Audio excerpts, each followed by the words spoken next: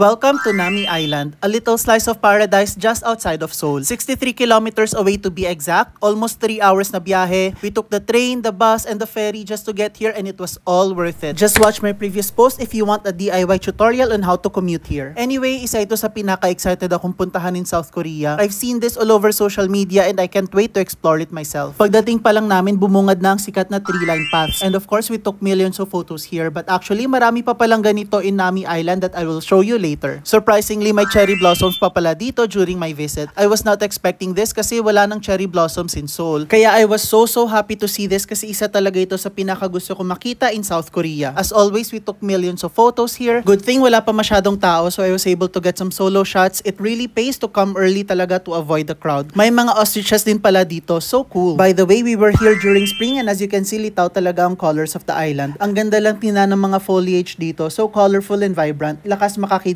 I was expecting that Nami Island is just a small piece of land in the middle of the river. And although it is relatively small, I was pleasantly surprised to see that it's actually quite spacious. Good thing they have a bike rental on the island so you can really do some exploring. It's only 5,000 Korean won for 30 minutes or 8,000 Korean won for 1 hour. We even saw some squirrels, dandelions, and this quiet little nook by the river. And here's another 3-line path on the island which I think is the best looking one. Tingnan nyo naman yung colors, it's so beautiful. Ito yung nakikita ko all over social media. Honestly, my video doesn't give it justice. Grabe, the entire island is giving major K-drama vibes. And look, here's another 3-line path. We also saw some sculptures on the island, a fountain, peacock, this viewing deck, and many more. Honestly, sobrang dami mong pwedeng i-explore on the island. And for only 16,000 Korean won, with round-trip ferry ride na yan ha, sobrang sulit talaga ang punta mo dito. This not-so-hidden gem is definitely a must-visit in South Korea. And I hope to come here again soon, maybe in a different season. Also, punta talaga kayo ng maaga kasi nung paalis na kami, ang dami ng tao sa island. Save this video if you also plan to visit Nami Island. For your future travels, you can use my code and click the link in my bio to get discounts on Klook. Like and follow for more. Okay, thanks, bye!